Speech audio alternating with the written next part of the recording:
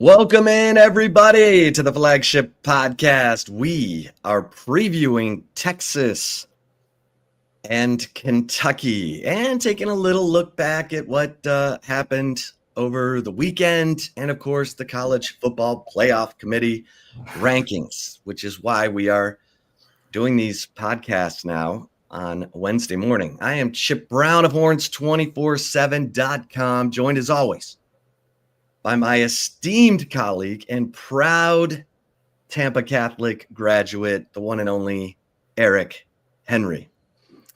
Eric, we made it back from Fayetteville. We are heading into senior. We're going to touch on that. But let's get started with the College Football Playoff rankings. Texas does remain number 3 in the College Football Playoff Committee rankings, but the way that they've positioned the other SEC teams, and they keep putting Notre Dame up above schools, I don't have any understanding how or why with the loss that they have to Northern Illinois, and their only significant win is over A&M. So it looks to me like the margin for error for Texas is 0, meaning they have to beat Kentucky, they have to beat A&M to get into not only the SEC championship, but the college football playoff. And that is a scary thing because you've got Alabama, you've got Georgia, you've got Ole Miss, teams that have tiebreakers really over Texas because Alabama beat Georgia, Ole Miss beat Georgia, and Georgia beat Texas. So this is, talk about laser focus. There's a reason that Steve Sarkisian called this Kentucky game the biggest game of the season, Eric. Chip, good morning. Happy Wednesday morning. It is November 20th. Hump day. Happy Hump Day. That means, with it being November 20th, we're coming down to the home stretch. Chip, we are coming down to the home stretch in terms of the regular season, conference championship games, qualifying for those games, and the college football playoff. Yeah, Chip, I mean, more than anything else, because I'm sorry, the glare in my ring light, I got to fix that there. It's probably the glare bouncing off of my glasses. It's causing like a 3D effect. Nevertheless, it's the problem of being blind, Chip. I wish I could take these things off or just I'm right there with you. Or put in the contacts. Nevertheless, Chip, how many times have we heard Steve Sarkisian say this? And he said it Monday. They want to control their own destiny, right? He talked about 2022 ending up in a bit of a tiebreaker situation. So in 2023, they want to leave no doubt and control their own destiny. It's the same thing here in 2024. Now, listen, every year of the college football playoff, and you and I were talking a little bit pre-show, there's going to be an argument for a team that gets left out. If you're a Texas fan, you hope that Texas is not on that side of the coin after being on the right side of the coin last year with Florida State being left out. Where I've landed on this, Chip, is as long as you can expand this tournament to 64 teams, as long as there is a tournament committee that's involved in the selection process, you are going to have decisions that are made that you can't quite understand and explanations that seem to make even less sense. I will acknowledge one of the comments earlier. Appreciate Chris Bennett for watching this live episode of the Flagship. He said that, the 4-letter network apparently were a little down on Texas. The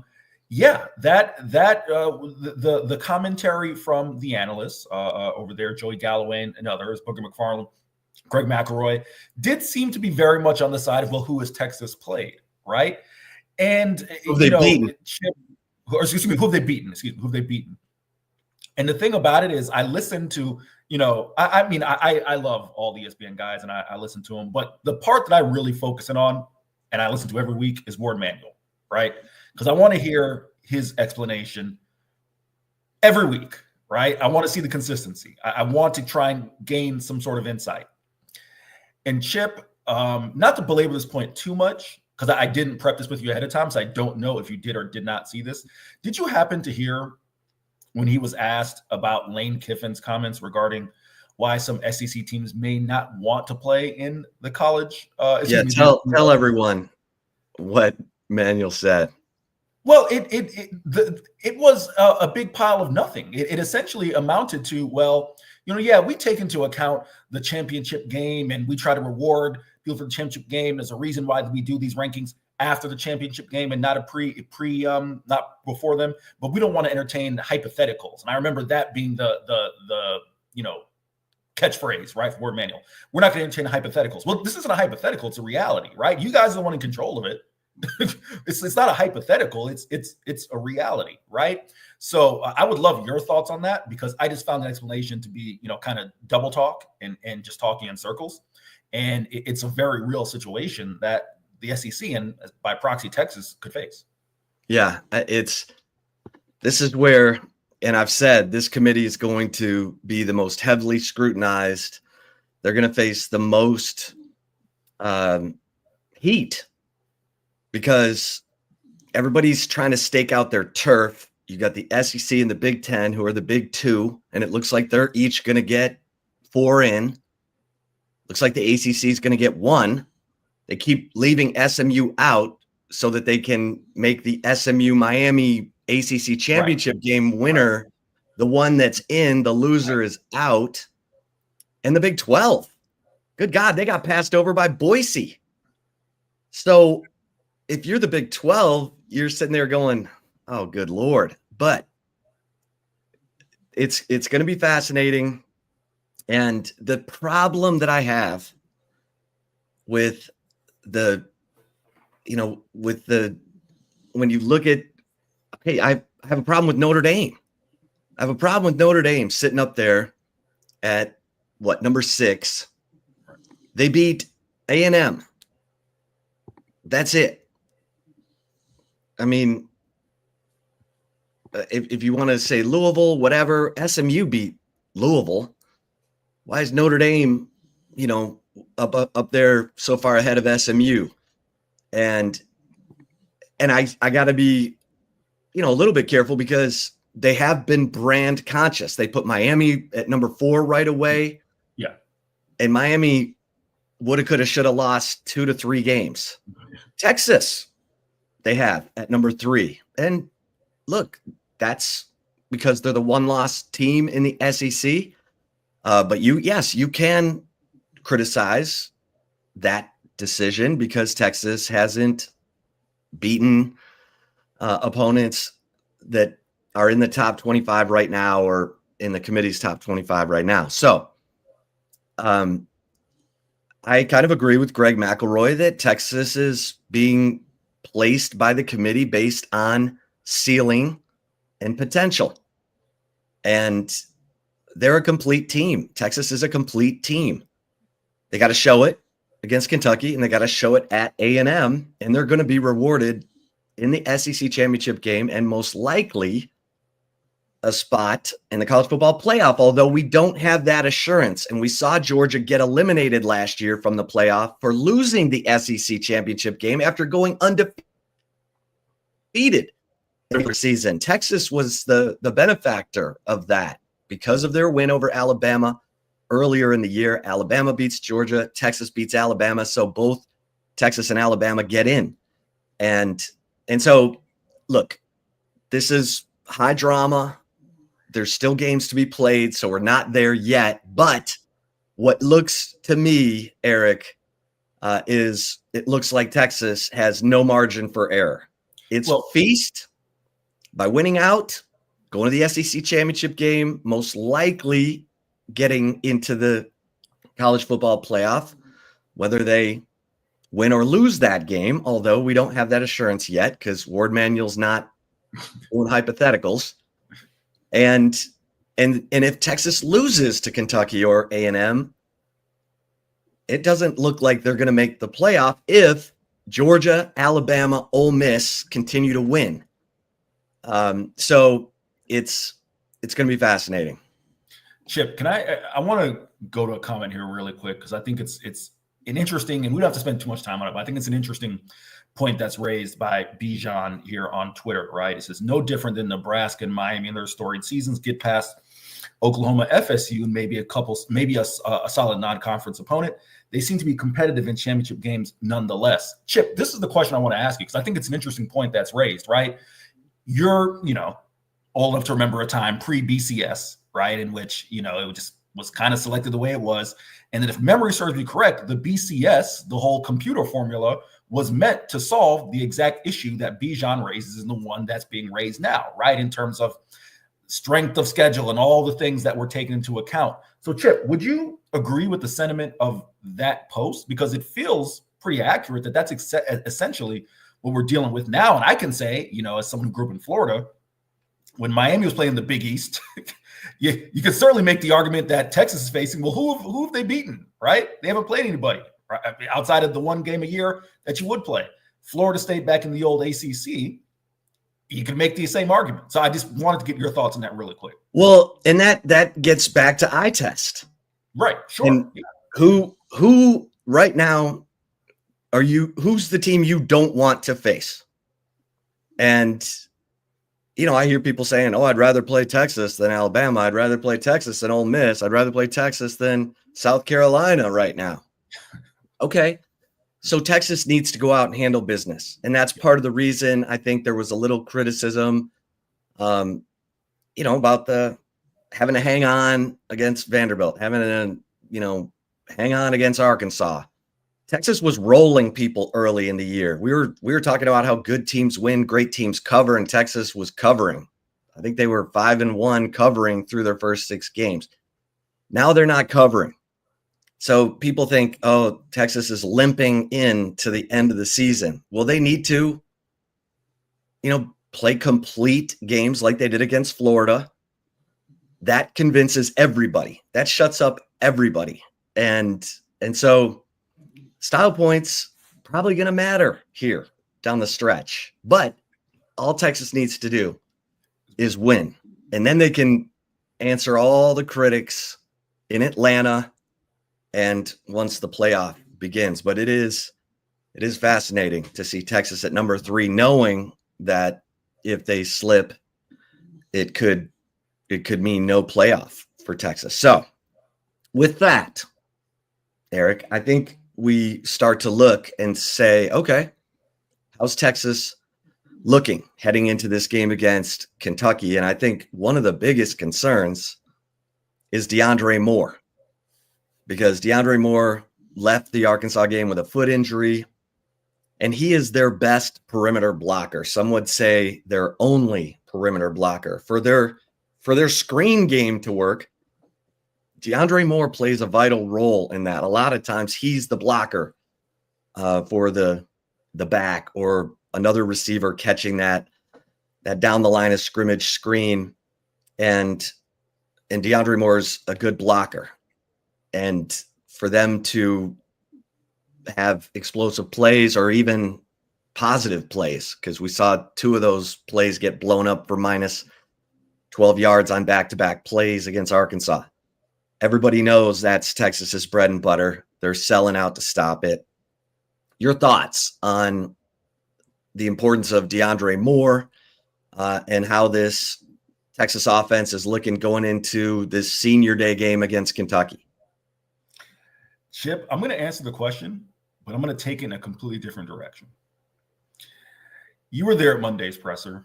I can't remember who asked the question, but Steve Sarkisian was asked about the lack of the jumbo package this year, right? The Malik Agbo package. And one that, not just last year, one that was featured throughout Steve's tenure, here at Texas. And Chip, do you remember what his answer was? Just offhand, vaguely? They said Gunnar Helm has taken that off of us. So let's translate that into English, Chip. And I'm sure you would agree. In essence, Steve is saying, yeah, well, we got a starting tight end who really blocks. That's in essence what, and I'm not shading JT, but that's in essence what he's saying is no, absolutely. We have a tight end in our number 1 role, our inline guy who can block and do the things we need to do. So we necessarily have to go heavy as much. All right. That's in layman's terms. The reason I mentioned that, Chip, is if DeAndre Moore is out, and I think Matt Golden tries. Sometimes he gets hit with a hold here or there, but he tries, right? And that is half the battle as a receiver, right? Just at least trying to block those guys. But if that screen game is not going to be there, at least in that facet, well, Texas better discover a damn run game. I'll tell you that much. And to be fair, yeah, I was impressed again with Texas' ability to run the ball in the second half. They found yards when they needed it. Now there is a big 6'6", 345-pound man in the middle of Kentucky's defense. Number zero. Can't miss him. Who is going to make it challenging. All right. You thought Mr. Watson over there at Florida was a problem, and no disrespect to him. He's a talented player with size. Deion Walker. Watson, who weighs 450. Deion Walker is the real deal. He was a preseason All-American entering the year. It's going to be challenging to run on this defense. But the direction I'm taking that in, Chip, is if the screen game, and let's be fair, I got to give Steve Sarkisian the offense credit. I think they'll find ways. If Demo can't go, I think Steve will find ways to work that screen game and be creative, right? I mean, this is, it's $10 million salary, $10 million problems, right? That's what it is. But I also think Texas better be able to find a run game that's at least, even if it's 3 yards a pop, Chip, and puts you in 2nd and 7 or, 3rd and 4 or whatever it may be. You're going to have to be able to find that if you can't find that screen game, which has been an extension of the run game this year. Yeah. It's, Steve Sarkisian, bright mind, and we know. And I thought he called a good game in the first half. I thought the plays were there. There were drops. There were missed throws to really get off to a good, quick start. This offense, for whatever reason, can be a slow starting group. We've seen Quinn Ewers, when he turns it over, he tends to turn it over in the first quarter. People are wondering, why is Texas taking the ball to start the game? The defense is the better unit right now. But I think Steve Sarkisian wants possessions, and I think he believes his offense can start fast. It did against Florida, and now let's see if they can get that going again at home against a Kentucky team that has played its best games against its best competition. Went to Ole Miss and won. Played Georgia to a 1-point game. So let's see how this Texas team comes out. Senior days are weird, Eric. They're guys they got their families on the field. They're hugging their coach. It's like this weird emotion that kind of disrupts their normal pregame routine. It can light a fire, or it can serve as a little bit of a distraction. So we'll see how that plays out. A&M opted to do its senior day against New Mexico State last week, and not for the Texas game, so that it wouldn't be a distraction to its players. Even though Mike Elko was asked about, not looking ahead to Texas, and he said, all of our focus is on Auburn. And A&M has a tough one against Auburn, but that doesn't matter. Like, you want A&M really to win that game so that it's a better win for Texas. If Texas can go down to Aggie land and take care of business. So I look at this and I say, laser focus. If Texas comes out laser focused, handles business like they should, then they're continuing to prove the committee right, Eric. What would you say is your biggest concern right now for the Longhorns? Facing this Kentucky defense, the fact that since SEC play started, it's been up and down. We haven't seen much consistency from this offense. And here's the thing. Again, there's a reason why you and I both thought this was a potential trap game. The game being situated in between Arkansas and A&M, A, being one, but B, again, for all the things you want to say about Kentucky, right? And I made the joke last week that they're setting offensive football back decades. Their defense is legit. And this Texas team cannot afford to have some of the things that have plagued them at moments during the season, Chip, against a defense that is this talented, right? We're not – at the end of the day, Texas is going to win this game because, quite frankly, Kentucky – and I would be hard-pressed to find 10 points for the Wildcats, right? Unless Kentucky's going to win this game 7-3, I don't think they're going to win. But with that being said, we're talking about a really good 11-man unit that doesn't allow a ton of points. And Chip, to just to kind of, talk about the strength of the SEC here for a second, Kentucky's like ranked in the middle of the pack or below the middle of the pack in many defensive statistics, but they're top 30 in the nation, right? So that just goes to show you the strength of the SEC in those things in terms of defenses, right? So you asked me my biggest concern. That's the biggest concern, just facing this defense. One that if you come out sluggish, if you turn the ball over, if you're not sharp, if you're not precise, they can take advantage. They have enough talented playmakers to where they can make life difficult. That's just a fact. I can't stress this enough. Where I question a little bit, Chip, is can Texas play the formula that we've talked about, that Steve Sarkisian has talked about, which is we want to get ahead early and then allow, our offense to kind of let the run game finish things out and let our defense play aggressively. I just don't know. Again, while I think Texas wins this game, I don't have a score prediction for you just yet.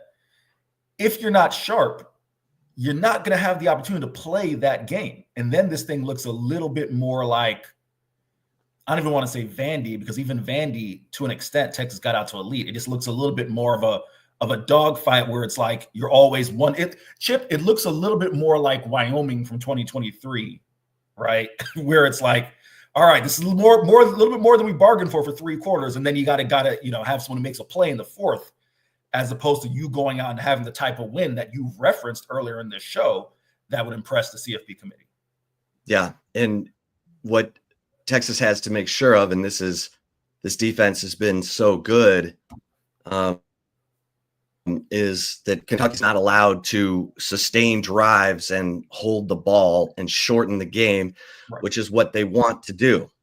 The Texas defense has been so good about getting 3 and outs and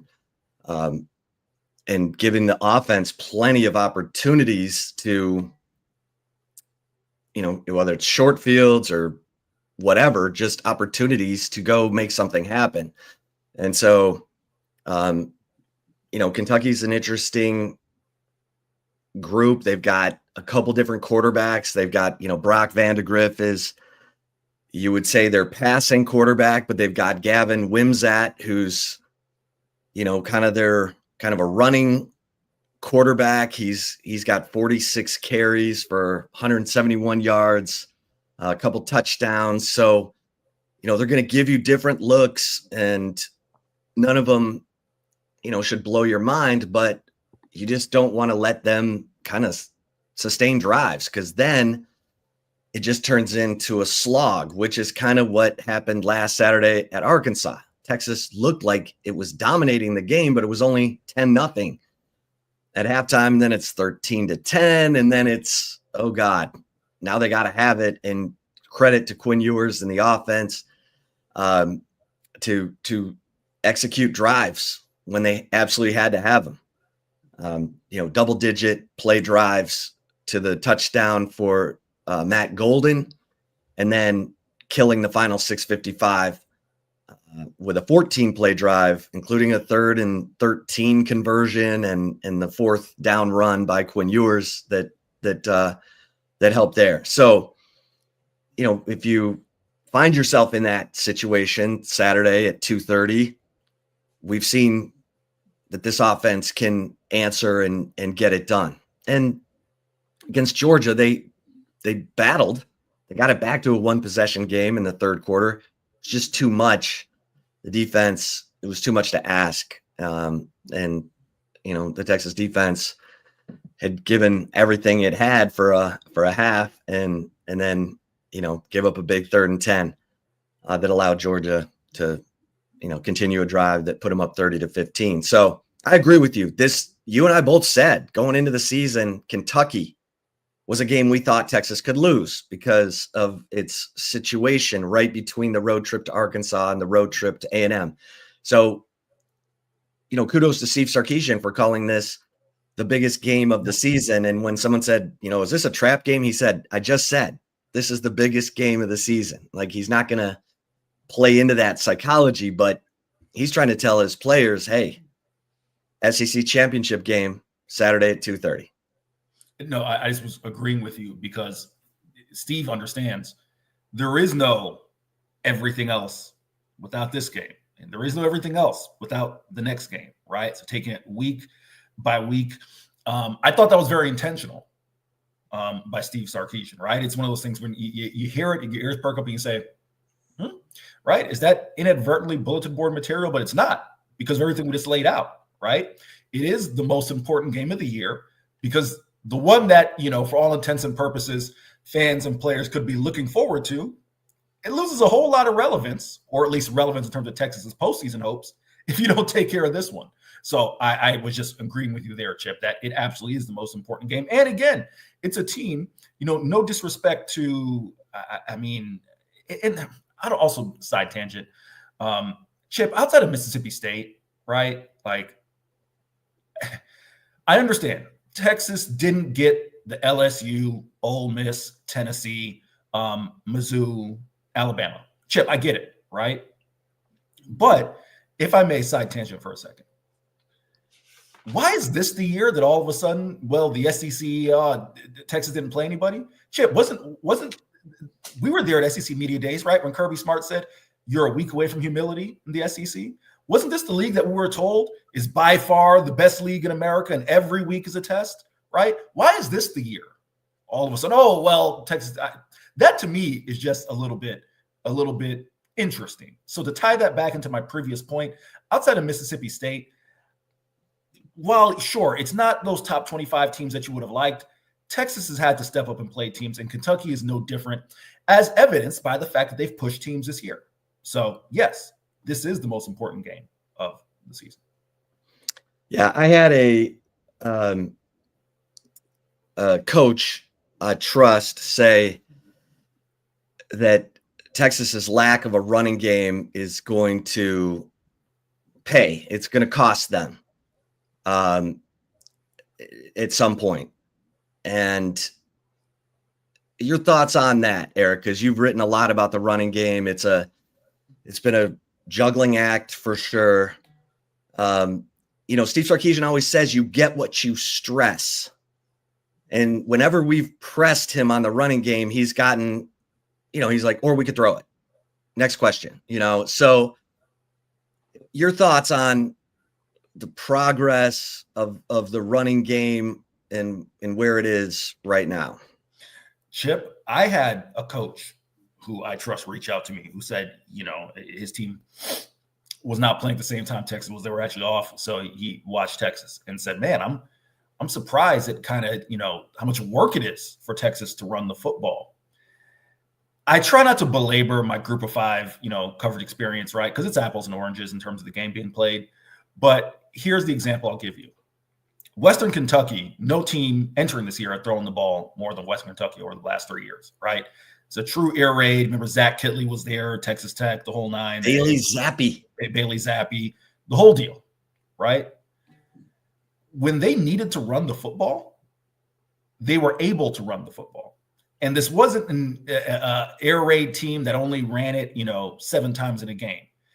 If they ran it 15 times, Chip, they got the most out of those 15 carries. I don't care who you are, right? But I think especially at this level, at the group of five level, you can get away with, all right, we're just going to lean on that strength, right? At this level, yes, the short passing game can be an extension of the run game. But that's a lot to ask of your quarterback. Chip, it's a lot to execute a pass play. Like, we take it for granted because of, maybe the football environment we're in, right? And you can't play certain coverages, and we see passing yards all over, different levels of football all across, right? Chip, it's a lot to complete a pass play. Like, there's a lot that goes into that. And to ask of your offense to do that at such a high rate underneath for the rest of the season is definitely something that interests me, Chip. So I would love to ask that coach who you trust, who reach out to you, a little more detail in what they're saying, because I believe wholeheartedly, Chip, if Texas can run it when it matters, which they did last week, which they did, cool, that's great. The question I think you have to ask, which I think is a fair question, is in an SEC title game, even at hell, even this week, Chip, against a really good defense in Kentucky, are you going to have the opportunity to play that way, right? If the answer is no, then you got to be able to establish a line of scrimmage, at least more effectively early on in games. And Chip, for all intents and purposes, you did see Steve Sarkisian try to do that a little bit earlier in the Arkansas game, much more than they had tried really all year, right? But yeah, to that coach, I would concur. Two things can be true, Chip. It doesn't have to be either this or either that. Texas's run game has been affected by C.J. Baxter being out, and his consistent, for whatever you want to say about C.J. and him not being Jonathan Brooks, his consistent 4, 5, 6-ish yards per carry, Chip. And there is a difference. I cannot emphasize this enough. There is a difference between averaging 4.3 yards per carry and averaging 6.5, right? Like, I know that sounds simplistic, but in the scheme of things in an offense in a game, there's a big difference between that. And what that allows for you to do offensively and what the defense has to account for. So it is something that I will continue to keep an eye on through the rest of this season, because I do think while they're getting the yardage, Chip, they're just, it feels like there's going to be a game. I'm trying not to speak into existence, but there's going to be a game that will look like Georgia, and you can't just fall back on one thing. Right. Well, yeah, and a lot of people think that is, if not Kentucky, definitely A&M with Nick Skirton and Shamar Turner and the guys up front for A&M who can get after you. And Contravian Wisner averaging 4.8 yards per carry, Jaden Blue averaging 5.1, Jarek Gibson averaging 5 yards per carry. But we're only seeing Jarek Gibson in short yardage situations, which is interesting. We know he's had ball security issues. Jaden Blue fumbled at the end of a big 28-yard run, huge play in the drive to the Matt Golden touchdown in the fourth quarter that put Texas up 20-10. That ball rolled out of bounds just before the Arkansas defender could get there. Those are nervous moments for coaches, because you ask any coach, they talk about trust. I need to be able to trust you. I need to be able to trust you. That ball is the most important thing in the program. So when Texas is on and they're putting it on people and they're explosive, we don't even talk about this stuff. But teams are doing whatever they can to take away the explosive plays of Texas. And without DeAndre Moore, who we don't know yet, we'll see what the player availability report is as we go through the rest of this week. But and Chip, really quick, I'm just gonna make this point quick. It is something interesting to watch, right?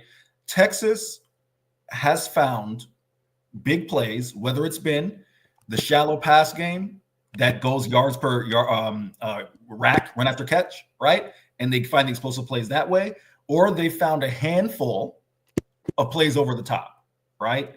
But it is interesting to watch. I think it's going to be really interesting to watch. To the point that you raised with that coach texting you, that can Texas, in essence, rely on everything underneath, and can that carry them to an SEC title and more? That's an interesting question. What I would say to that, and again, I'll wrap it up quick, is Texas has shown this year that the playmakers they have, IB, Matt Golden, et cetera, just get the ball in their hands, and they're capable of making those chunk plays. But they're also capable of winning one-on-one matchups at least once or twice per game, right? And that's going to be needed, in my opinion. So I just want to throw out there really quick. Yeah, and that 20-yard curl or comeback, whatever you want to call it, that they ran to Isaiah Bond to start off the drive that led to the Matt Golden touchdown, that's there all the time. So I know it's not catching the ball while moving with a chance to gain yards after catch, but that's an effective play with a guy of his speed and hands. And so we'll see how Texas attacks the Kentucky Wildcats Saturday at 2:30. All right, Eric. Do you have any basketball you want to mention here? Or do we move on to, they're playing a bunch of tomato cans, both the Texas men and Texas women, and they're looking good. But we don't have a whole lot until we get to some better non-conference opponents. I'll quickly mention this, Chip. So the team is playing the Legends Classic starting on Thursday. They'll play Syracuse. Syracuse, this is not, the Jim Boeheim Syracuse, right? Adrian Autry trying to rebuild that program. So while Syracuse is not the Chicago States of the world, not quite the world beater, keep an eye on this tournament because Texas Tech is in it. And for all intents and purposes, this should be a Texas versus Texas Tech finale.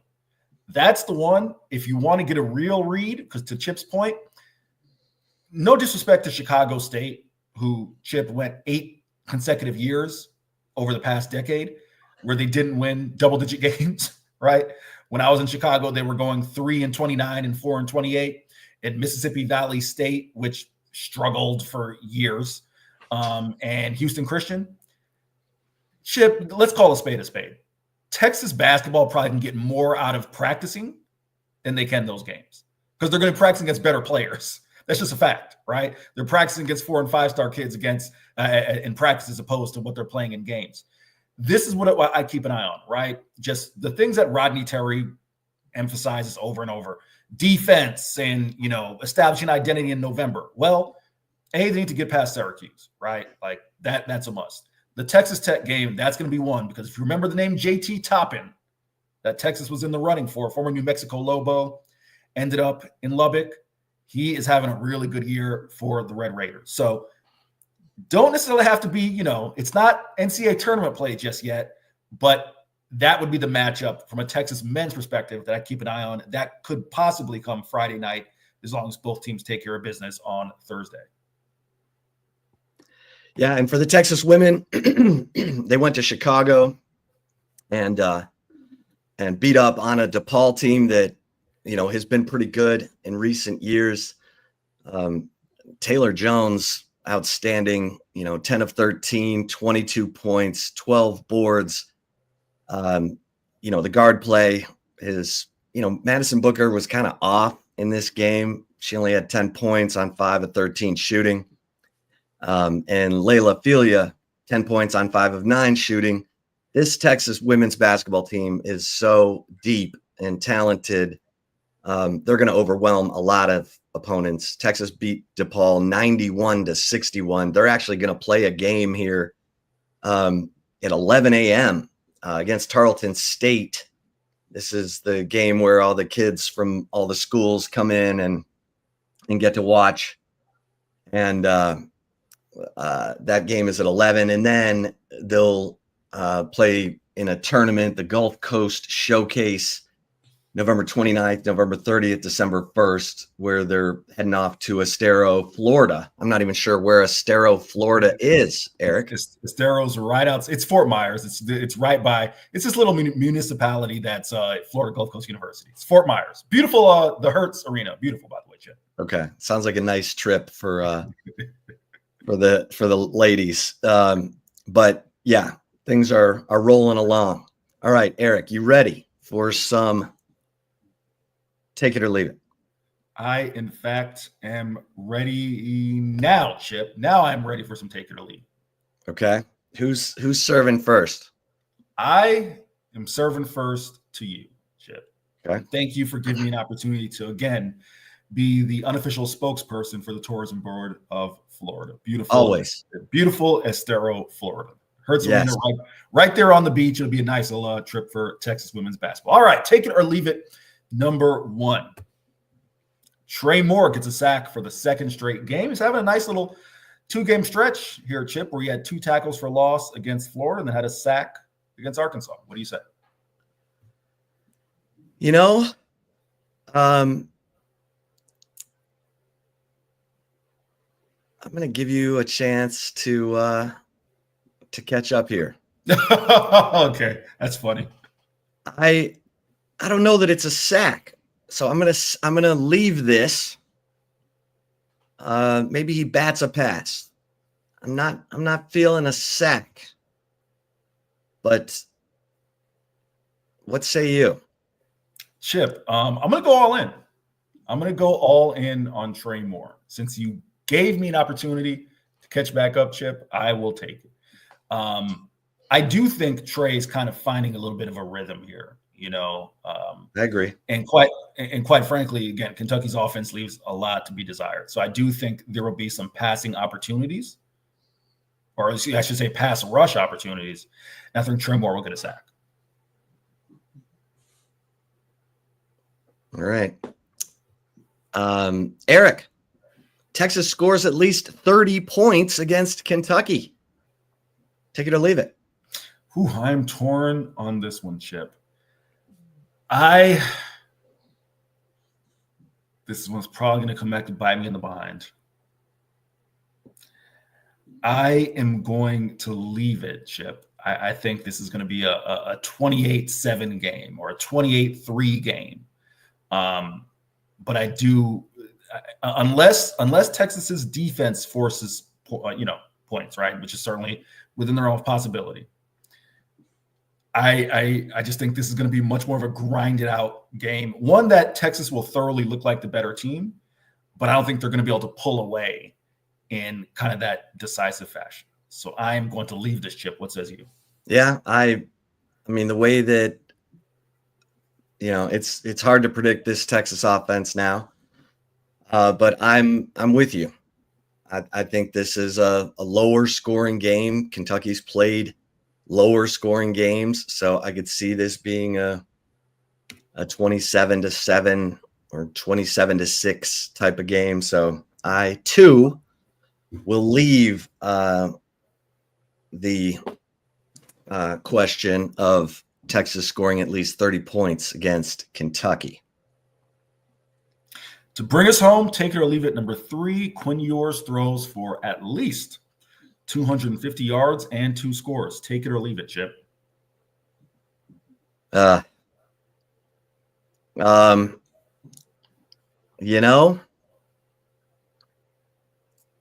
Quinn's probably fired up to smack some critics around this week. But I'm going to leave this. I don't know that he gets to 250.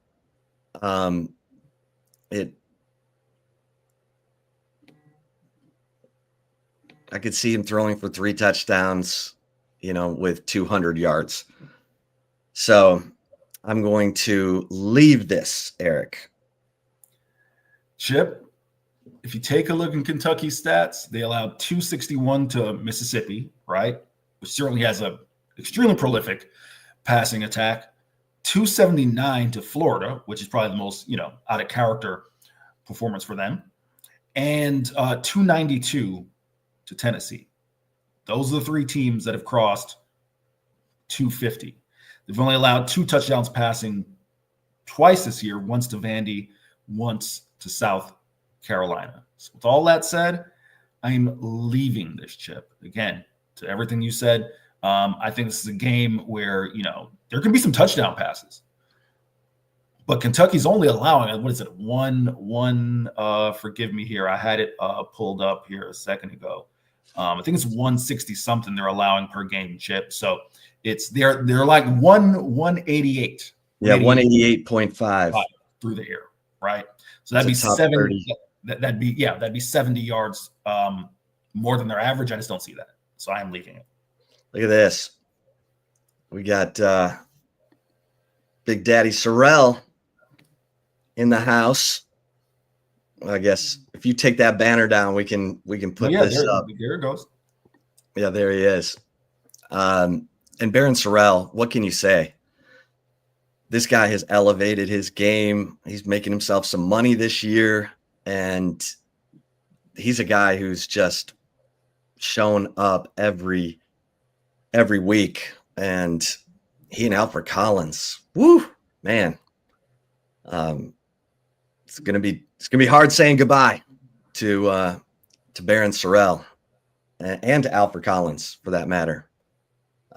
Eric, any quick thoughts on those seniors? It's a talented group.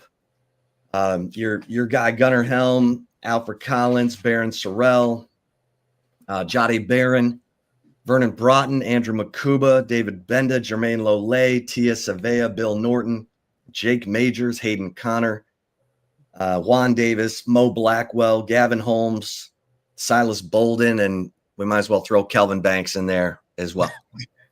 I've been kneeling Kelvin all year. Like, Kelvin, we all know you're not going to be here next year. He always gets a big laugh out of that. He always shakes his head and gives a big laugh. Well, come on, KB. Who you fooling, dog? Who you fooling with that? Nevertheless, no, I think this senior class, along with last year's class, these are going to be the two classes that are looked at as the ones that brought Texas football back to prominence. So many guys you mentioned there, bought in, culture guys.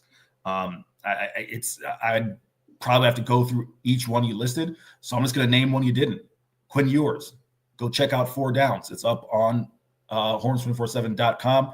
Quinn Ewers deserves better. Chip, I am actually really interested to see if Quinn takes part in the festivities. I don't believe he will, but there's no reason that he couldn't. And of course, the future will still play out, right? Just because you take part in senior day, as last year showed, doesn't mean that you're automatically done with football. But Chip, it would be nice. I say this all the time. I don't have a rooting interest in whether Texas wins or loses, right? But I do think this era of Texas football will be looked upon very fondly a decade, 15 years down the road, especially considering what Texas football, you're much better equipped to say this than I, what Texas football had dealt with prior to this, right? It'd be nice to see Quinn just get one ovation. I'm not talking about the ovation he gets when they call it starting lineups. I mean, I just like to see him have a moment in the sunshine because playing quarterback at Texas, being the starting quarterback at Texas is not an easy job. Michael Taft talked about, outside of Greg Abbott, you're probably the most powerful man in the state, right? I'd put Steve Sarkisian right there and then the quarterback at Texas. And Quinn has endured a lot. And, I'll save another 5 minutes of ranting. Just go check out the column 4 Downs. It's up right there. I put together 800 words on why I think Quinn deserves an ovation Saturday. Yeah, definitely check out Eric's 4 Downs column. It's got a lot of good stuff in there.